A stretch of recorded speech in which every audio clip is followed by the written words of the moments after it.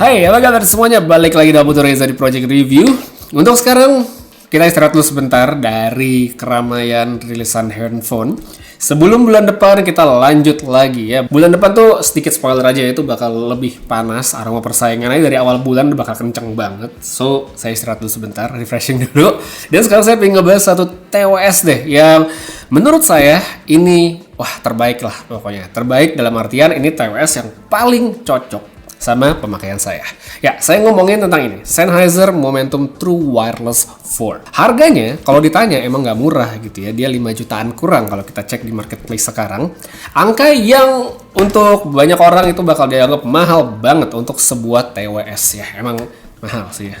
Saya pun setuju itu nggak murah, tapi setelah saya penasaran, saya nyobain udah sebulan lebih bahkan sekarang, saya tuh mantep dan nggak nyesel menjadikan TWS ini tuh sebagai daily driver. Patokan saya sebenarnya simple, ya saya emang bukan audiophile yang gimana-gimana. Pokoknya menurut saya suara cocok dan customizable, fittingnya enak buat dipakai, sama koneksi stabil itu udah oke banget, udah cukup banget. Dan 3 poin tersebut saya temuin semua di TWS yang satu ini. Oke, intro sedikit, kita lihat dari luar kotaknya seperti ini, sederhana ya, mirip kayak kotak yang tahun lalu bahkan. Kemudian kalau kita lihat di belakang, ini ada tulisan made for iPhone and iPad, works with Android, jadi ya mau Android, mau iPad, itu bisa semua. Ada Qualcomm aptX Adaptive, ada Auracast Bluetooth-nya ya, terus ada IP54, AAC, ya pokoknya udah kelihatan yang bagus-bagus banget di belakang sini. Nah, terus untuk desain dari TWS sendiri, versi yang baru itu dia hadir dengan tampilan yang bisa dibilang mirip banget dengan Momentum True Wireless 3 yang sebelumnya. Bentuk casingnya, materialnya masih pakai fabric, terus posisi USB-C yang masih di bagian depan lengkap dengan lampu indikator, serta tentunya nggak ketinggalan bentuk TWS sendiri yang masih sangat-sangat mirip ya, semuanya mirip lah pokoknya. Nah, kabar bagusnya di TWS yang baru itu adalah di baterainya. Karena katanya Sennheiser, persoalan casing baterai yang ada di versi sebelumnya udah dibenerin. Jadi yang baru ini bakal lebih memberikan rasa tenang lah pas kita pakai. Sekarang kita langsung aja close up ke bentuk TWS ya. Seperti yang tadi saya bilang, bentuknya mirip banget sama yang tahun lalu. Tapi tetap enteng kok dan nyantol di kuping. Terus biar lebih presisi kita dikasih 4 pasang ear tips yang bisa kita pilih sesuai dengan preferensi. Kalau saya sih pakai yang versi L ya, pokoknya versi ukuran gede yang ketiga lah, kan ada satu lagi di atasnya. Dan ini tuh menurut saya udah cukup banget untuk memaksimalkan fit sekaligus juga bikin ANC atau noise cancellingnya tuh berasa lebih mantap. Selain itu ada semacam wingtip juga yang akan ngebantu TWS supaya makin nempel di kuping pas kita pakai. Jadi mau dipakai nyantai gitu ya, mungkin kayak buat commuting aja, terus misalnya sampai di bawah olahraga kayak di gym, lari di treadmill, itu sebenarnya nggak ada masalah karena dia pun sudah ada sertifikasi IP54, so kalau keringetan pun sebenarnya aman-aman aja. Terus buat active noise cancelling sudah pasti dia ada, performanya bagus dan udah ada di level yang kurang lebih sama lah kayak Sony XM5 saya. Cukup banget untuk mengurangi suara frekuensi-frekuensi rendah ya, kayak misalnya dipakai di pesawat atau di kendaraan umum untuk mengurangi kebisingan, dan ya cukup lah, menurut saya udah enak banget. Untuk transparansi dia juga ada, udah bagus, cuma memang belum setara sih kalau menurut saya dibandingkan transparansi yang ada di AirPods Pro ya. Cuma udah clear dan nggak terdengar terlalu mikrofon banget ya, udah oke lah. Terus lanjut lagi, sekarang kita masuk ke soal koneksi. Ini juga menjadi salah satu pilar ya, atau alasan kenapa saya memilih si TWS yang ini. Jadi Sennheiser Momentum True Wireless 4 ini udah mendukung Bluetooth yang baru. Ini sebenarnya agak cukup membingungkan. Kalau di kotak dia tertulisnya Bluetooth 5.3, tapi kalau yang saya baca juga di sumber lain dia sudah mendukung Bluetooth 5.4 ya. Terus ada LE audio dan juga codec aptX lossless ya. Jadi udah oke banget. Jangkauan Bluetooth-nya bagus dan dia tuh cukup kuat. Paling nggak kalau misal nih saya pakai sekarang gitu ya TWS-nya, terus handphone yang connect, saya tinggal di sini, saya ke bawah ngambil minum, itu audionya nggak bakal keputus, masih bagus-bagus aja suaranya. Terus untuk support yang aptX ini menurut saya juga poin plus ya, karena saya pakai handphone dengan chipset Snapdragon yang punyanya Qualcomm ya. Jadi kita bisa dapat codec untuk kualitas audio yang bagus, plus bisa juga minim latency untuk pemakaian lain seperti bagi mereka yang berkebutuhan buat gaming. Mungkin emang bukan yang paling minimal gimana gitu ya, belum sebagus pakai TWS dengan dongle USB-C kayak misalnya Sony InZone yang pernah saya review juga.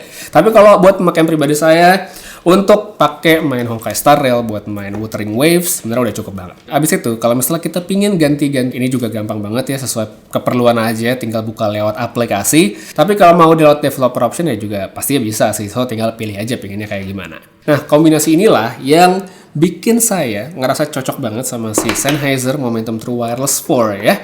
Kualitas audionya bagus, Bluetooth-nya versi baru dan kuat gitu ya. Serta dia punya support aptX yang keperluannya cocok banget sama saya yang suka main game. Tapi balik lagi soal kelebihan koneksi tadi yang aptX itu sebenarnya juga bisa jadi tidak spesial-spesial amat bagi sebagian orang ya. Contoh buat user iPhone sama AirPods deh. iPhone sama AirPods itu kalau kita analogikan manusia itu ngomongnya udah nyambung banget, makanya mereka bisa sinkronis dengan sangat baik. Nah makanya kalau kita ngejual ya, mencoba menjual TWS ini ke user iPhone dan kita bilang misalnya koneksinya bagus segala macem, itu nggak terlalu kena sebenarnya, karena AirPods itu koneksinya ke iPhone udah bagus banget, mau latency atau apapun udah bagus banget. Tapi kalau kita ngomongin soal kualitas audio, customize-nya baru beda ya. Karena AirPods itu kan bisa dibilang flat ya, tidak bisa yang gimana-gimana banget secara defaultnya, sedangkan ini benar-benar bisa kita customize. Nah, untuk kualitas suaranya sendiri, Sennheiser Momentum True Wireless 4 ini buat saya enak banget ya. Saya emang bukan level audiophile, sekali lagi saya ingatkan saya bukan audiophile gitu ya. Karena saya juga emang nggak begitunya, tapi untuk sebagai user yang casual ya, user yang pingin TWS yang beli nyaman, ya ini udah dapat banget di sini. Kita mau custom EQ juga bisa, pasti ada. Cuma yang saya lebih suka di sini ada yang namanya menu sound personalization ya. Nah di sini itu nanti akan ada beberapa tes audio mulai dari kayak suara string, suara drum, kombinasi semuanya gitu ya. Dan kita bisa atur masing-masing intensitasnya seperti apa. Hasil akhirnya adalah audio yang customized yang emang seperti user pengen. Makanya tiap orang itu harusnya sih hasilnya bakal beda-beda. Nah hal ini kalau menurut saya itu akan sangat amat ngebantu bagi user casual yang mungkin tidak paham ya kalau disuruh setel EQ geser-geser nih frekuensi berapa, naik turun gini-gini gitu ya.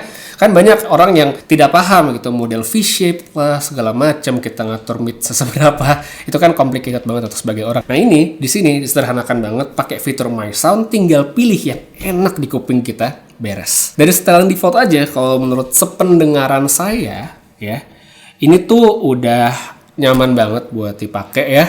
Tapi poin utama sebenarnya lebih di clarity sama depth-nya bagus, bass, mids-nya cakep, treble juga ada di posisi yang oke ya. Ini untuk setelan default. Tapi kan seperti yang tadi saya bilang, akan lebih baik kita personalize di otak-atik lagi via aplikasi. Kalau saya misalnya di sini dengerin lagu kayak Heartache-nya One Ok Rock gitu ya, yang akustik, itu suaranya Taka bener-bener berasa lebih nyes ya, kayak tarikan nafasnya, terus misalnya instrumen-instrumennya itu separasinya bagus banget, soundstage-nya berasa banget di sini. Ini pun saya dengerin cuma pakai YouTube Music aja ya, meskipun setting audio udah tertinggi, tapi kan tetap di level yang audiophile banget. Cuman ya buat saya yang penting enak gitu ya. Terus misalnya kita coba ke lagu yang mungkin lebih upbeat kayak misalnya The Weeknd atau apapun ya, bassnya tuh kedengeran kayak lebih full gitu tapi nggak over. Balik lagi sih, karena saya nyetel bassnya nggak sekenceng itu di aplikasi. Intinya tetap bagaimana kita nge-customize suara itu bakal beda-beda banget, tapi ya soal kualitas ini menurut saya udah cakep banget lah untuk sekarang. Terus buat mikrofon, ya ini cukup aja sih menurut saya,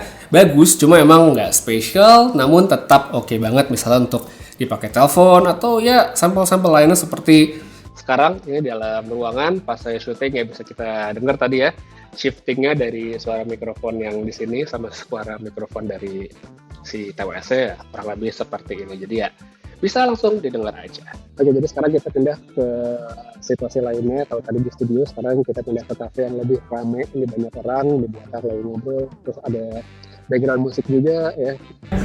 Ini sempat saya coba juga bisa dengar kalau noise reduction-nya lumayan banget ya. Jadi kalau dibandingkan kualitas audio yang tadi sebelumnya di studio, kadang-kadang mestinya beda ya. Mungkin ya bisa dengar aja sendiri perbedaan sama yang sebelumnya. Tapi kalau menurut kalian gimana, cukup atau enggak sih kualitas segini misalnya buat dipakai video call atau meeting atau teleponan aja misalnya lagi di outdoor?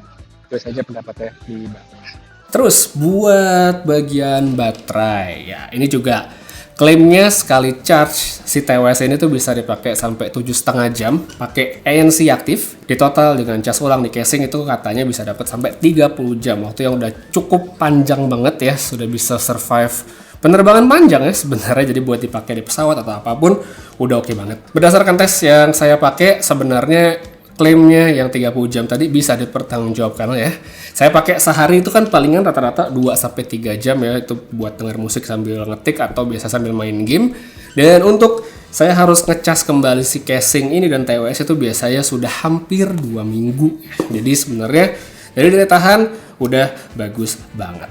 Jadi kalau misalnya kalian memang sedang dalam market ya, ada di market untuk mencari sebuah TWS yang baru, fiturnya cukup komplit, suaranya enak, customizable, nyaman dipakai ya. Apalagi kalau kalian pakai handphonenya Android gitu ya, apalagi yang sudah support aptX dan Qualcomm.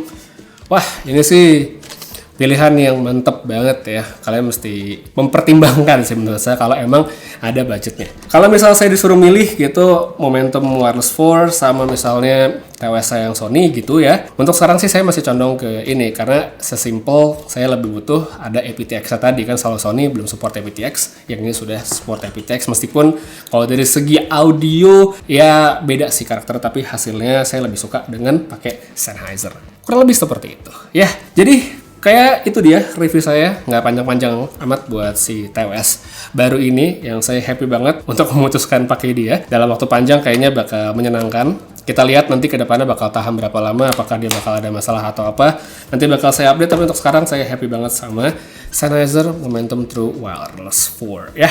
Linknya seperti biasa bagi yang pengen cari ada di deskripsi. Putra saya pamit, sampai ketemu lagi di video berikutnya, dan seperti biasa, have a nice day.